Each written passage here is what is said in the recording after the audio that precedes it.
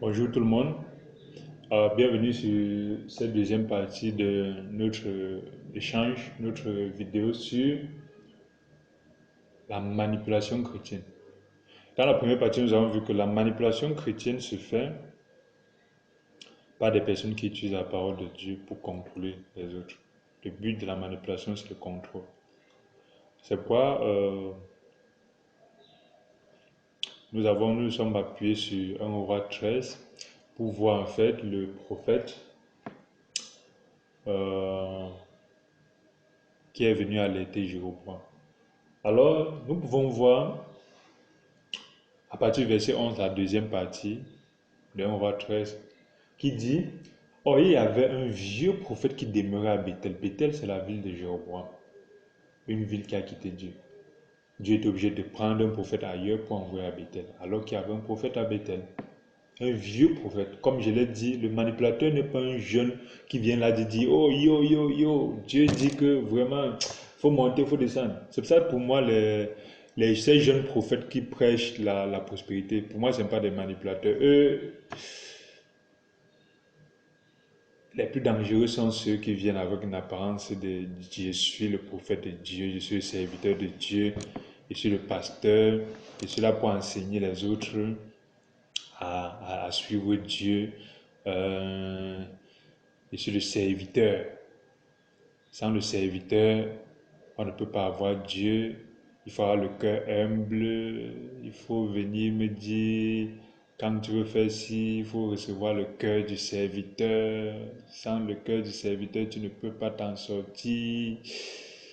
Penser par toi-même, c'est Satan. Ne tombe pas dans le péché de l'orgueil. Ces gens-là, c'est flagrant aujourd'hui, surtout dans ces églises ces églises asiatiques où on vient avec la notion de pensée positive.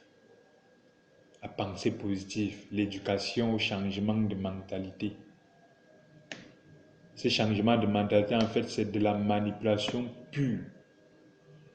Alors, à partir du verset 11, on dit: oh, il y avait un vieux prophète qui demeurait à Bethel. Il vit et ses fils vinrent lui raconter toutes les choses de l'homme de Dieu avait fait à Bethel ce jour-là et les paroles qu'il avait dites au roi. Lorsqu'il eut fait le récit à leur père, il leur dit par quel chemin en était allé. Ses fils avaient vu par le chemin lequel était allé l'homme de Dieu qui était venu à Juda.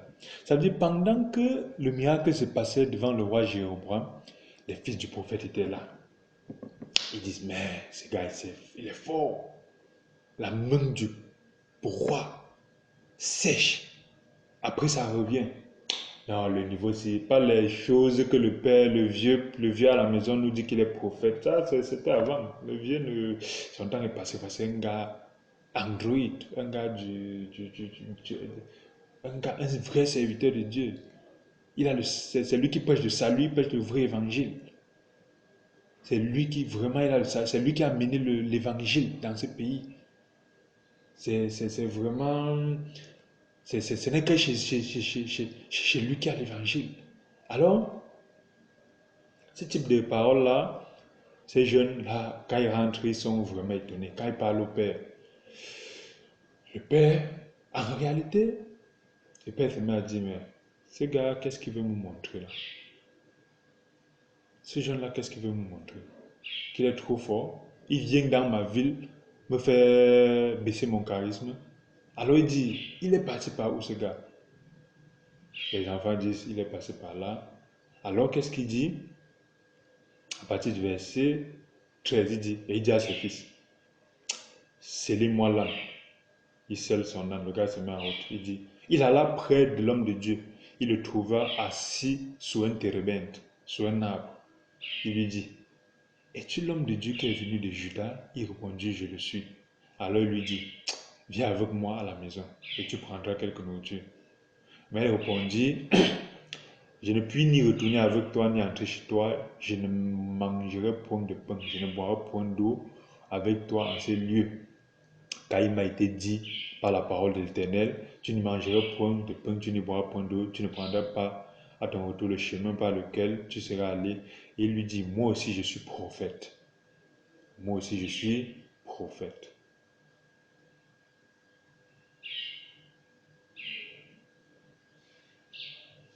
Verset 18. Et un ange m'a parlé de la part de l'Éternel et il m'a dit, ramène-le avec toi dans ta maison et qu'il mange du pain et qu'il boive de l'eau. Il lui mentait. Tout le monde sait qu'il lui mentait. Lorsqu'on lit ce chapitre est très complexe, très compliqué, très bizarre. On dit c'est un prophète de Dieu, vieux. Si c'était encore jeune, on peut dire un jeune ment. Mais un vieux prophète de Dieu. On n'a pas dit c'est un vieux marabout. On n'a pas dit c'est un vieux sorcier. On n'a pas dit c'est un vieux païen. On a dit un vieux prophète de Dieu. La manipulation chrétienne, c'est de ça qu'on parle aujourd'hui. Il y a les manipulations dans les familles, où quelqu'un qui a un peu d'argent, il pense que les autres doivent marcher. Là, on ne parle pas de ça. Il y a les manipulations dans le couple, où l'enfant a déjà lu les parents jusqu'il sait que voilà comment, quand je fais comme ça, les parents vont faire comme ça. On ne parle pas de ça. Il y a les manipulations entre l'homme et la femme, où la femme sait que non, je vais piloter mon mari comme ça, le mari sait qu'il va piloter ma femme. On ne parle pas de ça. On parle de la manipulation chrétienne, dans laquelle ce vieux prophète est en train de mentir en disant le nom de Dieu. Et il y a l'autre prophète qui tombe.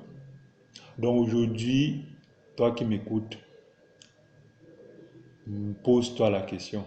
Quel est le vieux prophète qui me manipule? En me disant que sans lui, je n'ai pas Dieu. En me disant que ma vie tourne comme ça mal à cause du fait que je n'ai pas, tu as un problème avec Dieu. La manipulation découle d'abord du racontage. Très important. La manipulation découle aussi de la faiblesse. Lorsqu'on ne peut pas se connecter à Dieu, crier à Dieu, lorsqu'on crie aux hommes, les hommes écoutent et utilisent ça pour nous manipuler. Si tu as faim, au lieu de crier à Dieu, tu cries à un homme, j'ai faim, cet homme-là va utiliser la nourriture pour te manipuler. Si tu manques, s'il y a telle chose, c'est vrai, Dieu ne répond pas toujours au même moment, au bon moment. Mais si tu te connectes à Dieu, on sait que Dieu répondra. Mais si tu te connectes à un pseudo-serviteur qui aujourd'hui te dit Dieu m'a dit que tu montes. Quand tu montes, ça ne marche pas. Il vient te dire le lendemain. Ça ne va pas marcher parce que tu n'as plus la foi. Parce que tu as suivi ta pensée. Dieu m'a dit plutôt que tu ailles à gauche. Quand tu t'en vas à gauche, ça ne marche pas. Il vient te dire ça ne va pas marcher parce que frère, parce que Dieu est fâché contre toi parce que tu ne payes pas la dîme. Dieu est fâché contre toi parce que il y a les liens familiaux, il y a un esprit de ceci, cela. Tu es en train de te faire manipuler. Dès que tu t'en vas à gauche, ça va marcher parce que tu n'as plus la foi, tu suis ta pensée. La pensée, c'est Satan, tu as le cœur haut. Tu fais face à un manipulateur. Les fils de ce prophète sont venus lui dire quelque chose. Et ils lui ont aussi dit le secret du vrai prophète. Les fils ont dit, papa, tu sais quoi? Le vrai prophète l'a dit que Dieu lui a dit de ne rien manger à Bethel. Dieu lui a dit de ne rien manger, ne rien boire. Il a dit ça devant le roi. Quand le roi lui a dit, viens manger à la maison, il a dit ça. Papa, voilà un vrai prophète. Quand Dieu dit, ne fais pas ça, arrive là-bas, on te donne que je ne prends pas. Alors le père débarque donc au niveau du prophète en sachant exactement quelle est la clé pour ouvrir le prophète. La clé, c'est d'appuyer sur ce qu'il doit manger, ce qu'il doit boire. Pourquoi il n'est pas venu lui dire, Dieu m'a dit qu'on aille prier ensemble et offrir un sacrifice. En tant que prophète, qu'on aille offrir ensemble un sacrifice. Pourquoi c'est la nourriture? Parce que ses fils ont écouté l'interdit. Quand le prophète disait ça à Jéhovah, ils lui ont dit. Donc souvent, ce qu'on utilise pour te manipuler là, c'est soit dans tes témoignages, soit dans ta manière d'être, soit surtout de ta propre bouche que tu donnes au manipulateur ce qu'il va utiliser pour te manipuler. C'est pourquoi les manipulateurs aiment comme tu témoignes. Ils disent témoigne ta faiblesse, témoigne ta saleté, témoigne. Ils disent dis les choses pour que j'utilise ça demain pour te manipuler. C'est pour ça que demain, même dans 2 ans, ils vont te dire telle chose. Selon témoin ce que tu as fait il y a 2 ans, ils vont utiliser ça 2 ans après pour te manipuler. Les manipulateurs aiment lorsque tu témoignes, ils sont assis là, ils écoutent, ils sont fiers. Les manipulateurs aiment utiliser la propre corde que tu donnes pour te pendre. La manipulation chrétienne, c'est ça. C'est quoi dans les entretiens, vous faites les entretiens, tout. Ça, les gens avec qui vous faites les entretiens, ils partent faire le rapport au manipulateur. C'est pas le manipulateur. Quand tu fais l'entretien à tel frère, viens me donner le rapport. Tu fais l'entretien à tel soeur, viens me donner le rapport. Les chefs de cellule, les chefs d'éthique, ceci, cela, viens me donner le rapport. Les manipulateurs savent que ce qu'ils vont utiliser pour te piloter, c'est le fait que Dieu a dit que tu ne manges pas, tu ne bois pas. Il ne va pas utiliser autre chose.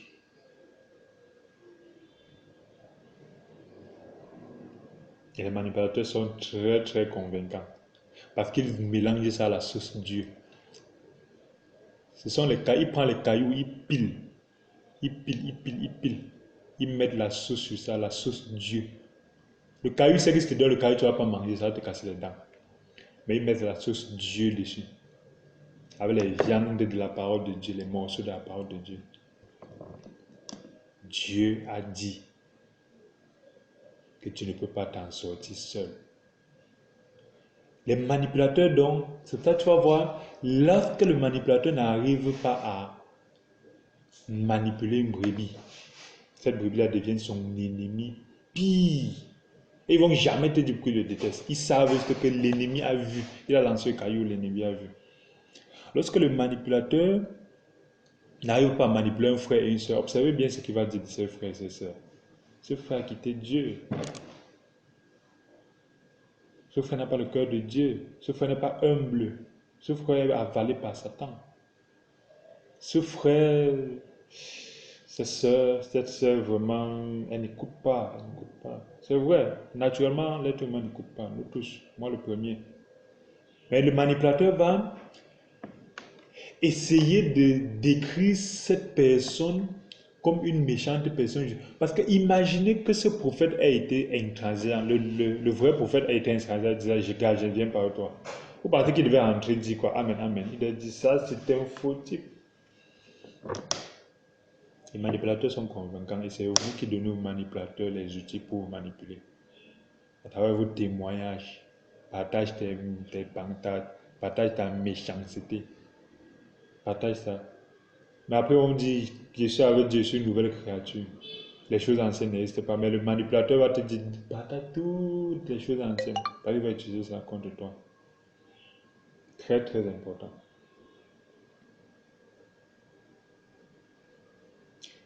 Le manipulateur est un menteur. Il va te dire, parce qu'on dit, le verset 18 dit, il mentait. Il mentait. Il faut bien lire, c'est très important. Ce chapitre, c'est très compliqué, mais très important. Alors, dans le livre de Matthieu 7, regardons Matthieu 7, le verset 15, il y a une parole assez importante. On va revenir à 1 roi 13. Matthieu 7, le verset 15, ça dit, gardez-vous des faux prophètes. Ils viennent en vous avec des vêtements de brebis.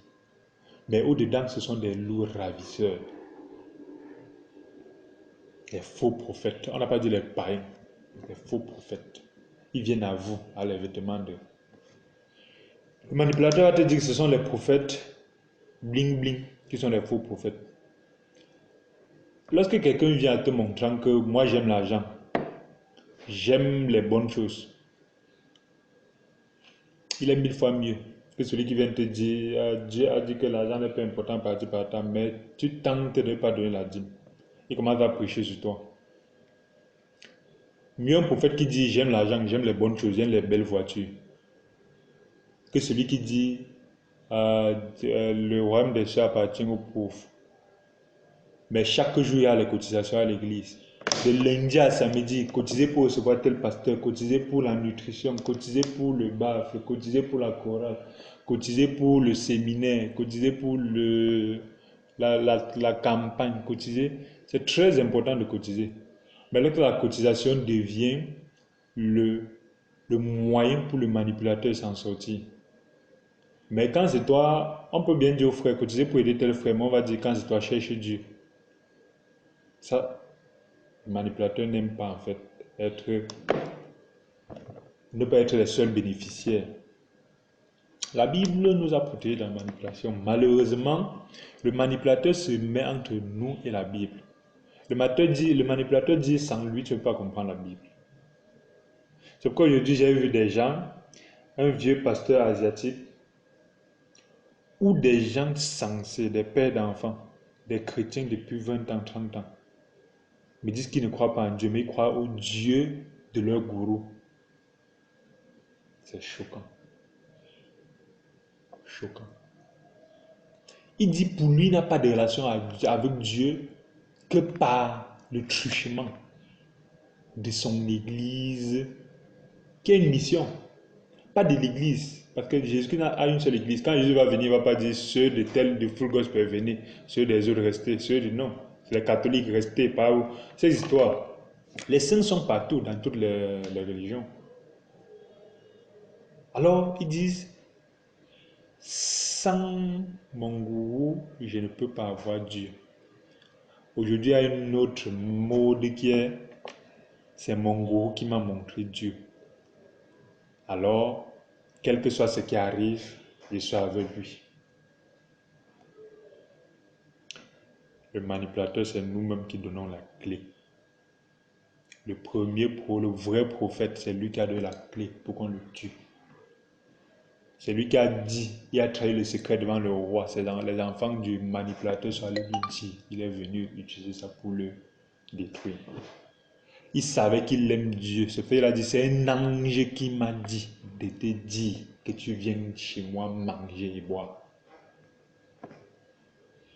Un ange. Il savait que s'il dit, je pense qu'il faut venir manger chez moi. Non, il devait dire, ah, mon vieux, c'est pas bon. Il a dit, un ange m'a dit.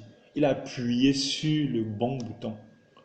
Le manipulateur te dit, c'est Dieu qui m'a dit de te dire de faire ci.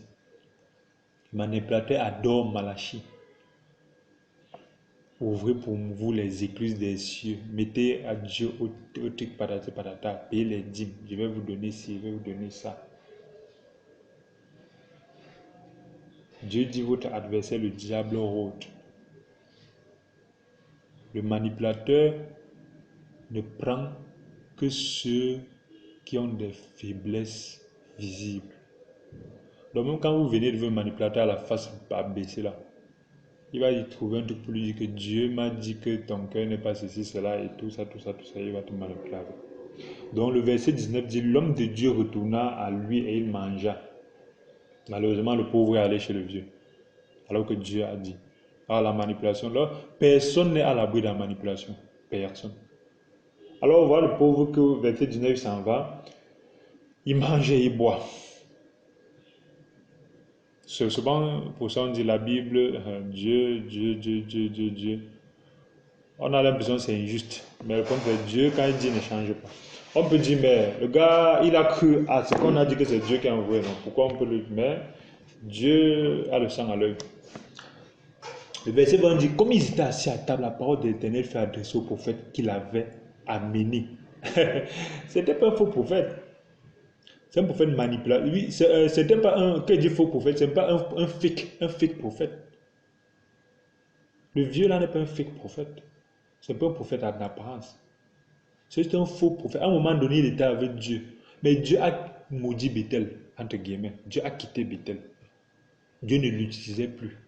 Mais il est toujours pour. À un moment donné, il était proche de Dieu. C'est pourquoi même jusqu'à maintenant, Dieu a continué à lui parler. Malgré que c'était un faux prophète. Donc il ne fallait pas de dire que telle église n'a pas prêché l'évangile. Elle a prêché l'évangile, mais aujourd'hui c'est devenu une secte. Il ne s'agit pas de dire que telle église n'a pas donné le salut, n'a pas permis que les gens aient le salut. Non, mais c'est juste devenu une secte. Il ne s'agit pas de dire que ça ne parle pas de la Bible, non. Mais le problème, c'est qu'aujourd'hui, ça parle de la Bible dans le but de vous zombifier. Pour que vous soyez des bons adeptes de l'organisation, de la mission, et non plus les adeptes de Jésus-Christ. Donc c'est très très important de voir cette différence-là. Alors, lorsqu'on avance, il dit, comme ils étaient assis à table, la parole d'Éternel fut adressée au prophète qu'il avait amené. Il cria à l'homme de Dieu qui était venu de Juda.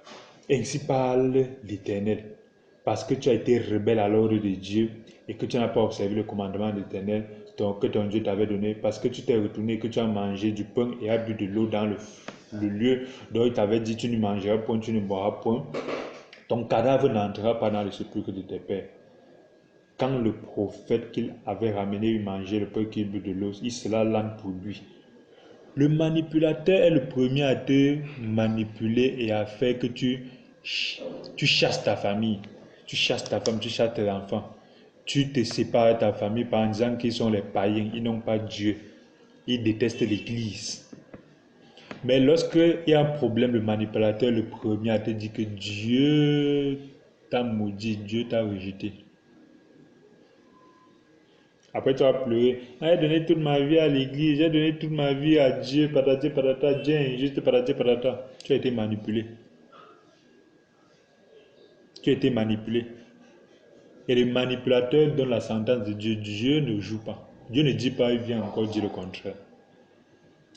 Le prophète de Juda a été manipulé. C'est le même qui lui a dit que Dieu m'a dit que tu viennes manger, qui lui dit encore que Dieu te tue. Dieu va te tuer. C'est le manipulé qui te dit monte, descends, ne fais pas ci, ne fais pas ça, ne t'occupe pas de ton mari. Quand tu divorces, le manipulé ne va pas te laisser vivre à l'église. Il va te dire que tu n'écoutes pas. Tu as méprisé ton mari. Tu as oublié que c'est lui qui te disait si ton mari est contre l'église, Dieu va le frapper. Le manipulé, lorsqu'il va te dire quitte ton travail, laisse ceci parce que quitte ton travail, viens prêcher l'évangile. Demain, quand tu vas te rapporter les dîmes, il va s'occuper, tu vas voir, il va s'occuper des gens qui donnent les dîmes à l'église. Les manipulés sont très intéressés. Observez bien, les manipulés ne vont jamais te désintéresser du frère le plus riche de l'église ou de la sœur la plus riche de l'église, puisque c'est de ça qu'ils mangent. Le but du manipulé, c'est de contrôler. Même si tu as un travail d'1 million par mois, si dès que tu quittes ça, si en 6 mois le manipulé ne voit pas en quoi tu l'aides, il ne va pas s'intéresser à toi. Il va te dire que c'est par orgueil que tu as quitté ton travail. C'est ça le manipulé. Le manipulateur, c'est ça. Le manipulateur, en fait, ici on peut s'en rendre compte, le prophète de Juda, le pauvre.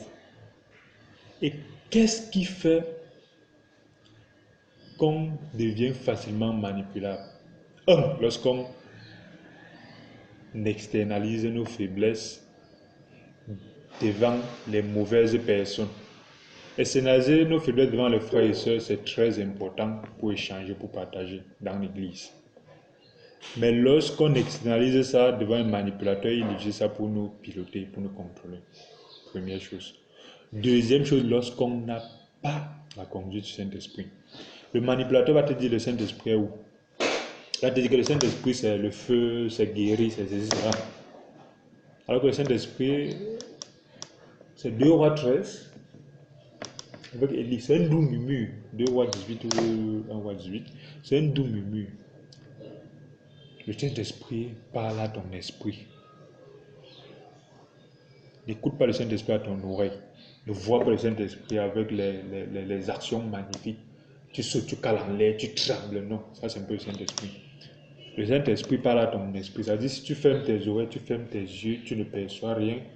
Le Saint-Esprit parle à ton esprit. Tu vas comprendre. Le prophète ici, Dieu lui a parlé, mais il a quitté la parole que le Saint-Esprit lui a donnée. Va faire telle chose, rentre sans manger, sans boire. Dès qu'il a quitté ça, il a commencé à écouter autre chose, même si cette autre chose semblait venir de Dieu. C'est pourquoi les manipulateurs détestent la conduite du Saint-Esprit. Parce que si tu es la conduite du Saint-Esprit, il va te conduire encore comment? Il va te contrôler comment? C'est pourquoi il y a des gens qui vont... le manipulateur a des mécanismes quotidiens pour te ramener vers lui et pour te remplir le cerveau de ses jérémiades. C'est ça, le manipulateur veut que de lundi à dimanche, tu sois à côté de lui. C'est que lundi à dimanche, tu es à côté de lui, tu vas suivre ce qu'il dit. Tu vas écouter le Saint-Esprit comment? C'est pas possible. Il va te faire douter de la voix que le Saint-Esprit t'a donnée. Alors c'est très important de lire tout ce chapitre. Mais méfions-nous des manipulateurs chrétiens. Dieu dit n'appelez personne père.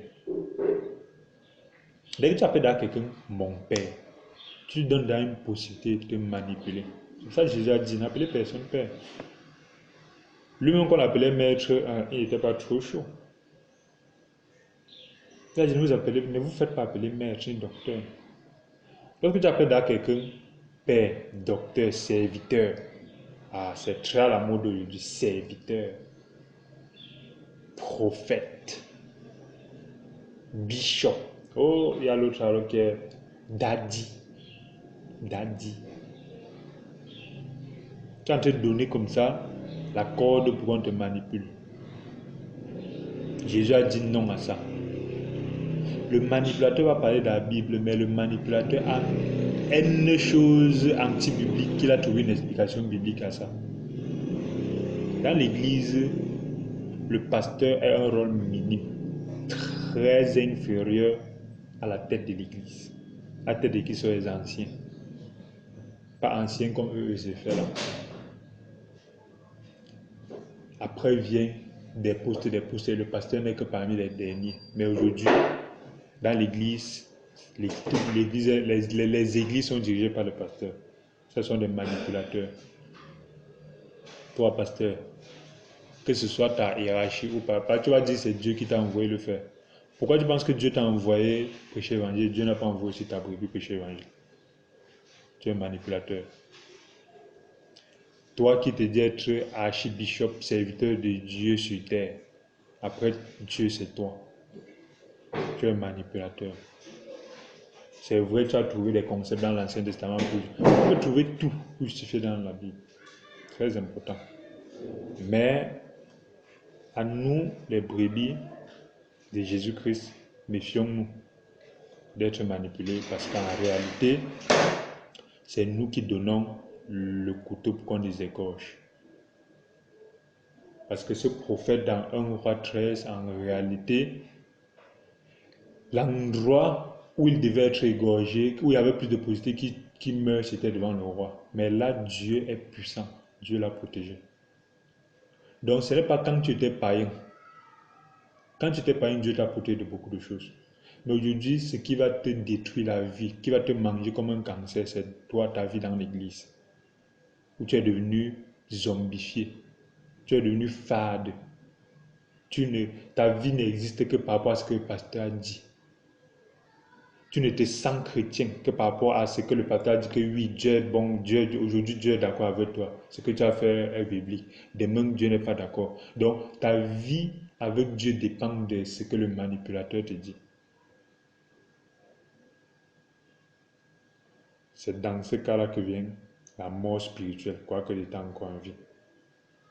Donc, ce vieux manipulateur montre en fait dans l'église, il y a deux types de personnes. Les personnes qui viennent disant que Dieu m'a dit, un ange m'a dit, alors qu'il ment. À la fin, les conséquences, c'est toi qui gères une place. Alors, c'est très important, frères et sœurs, pour nous de méditer dessus et de comprendre que le christianisme que nous faisons aussi d'être un christianisme technique. Ce n'est pas le christianisme du racontage. Donc, la manipulation chrétienne doit être, nous devons sortir de ça. Parce que Dieu nous a créés pour que nous soyons des personnes excellentes. Et c'est par l'intermédiaire de quelqu'un que nous devons être des personnes excellentes. Dès que notre relation avec Dieu dépend même à 10% de quelqu'un, alors cette personne nous manipulera. Évitons cela. Merci. On voit 13, méditons dessus. Il y a encore tellement d'enseignements dessus. Merci. N'oubliez pas de vous abonner et à la prochaine vidéo.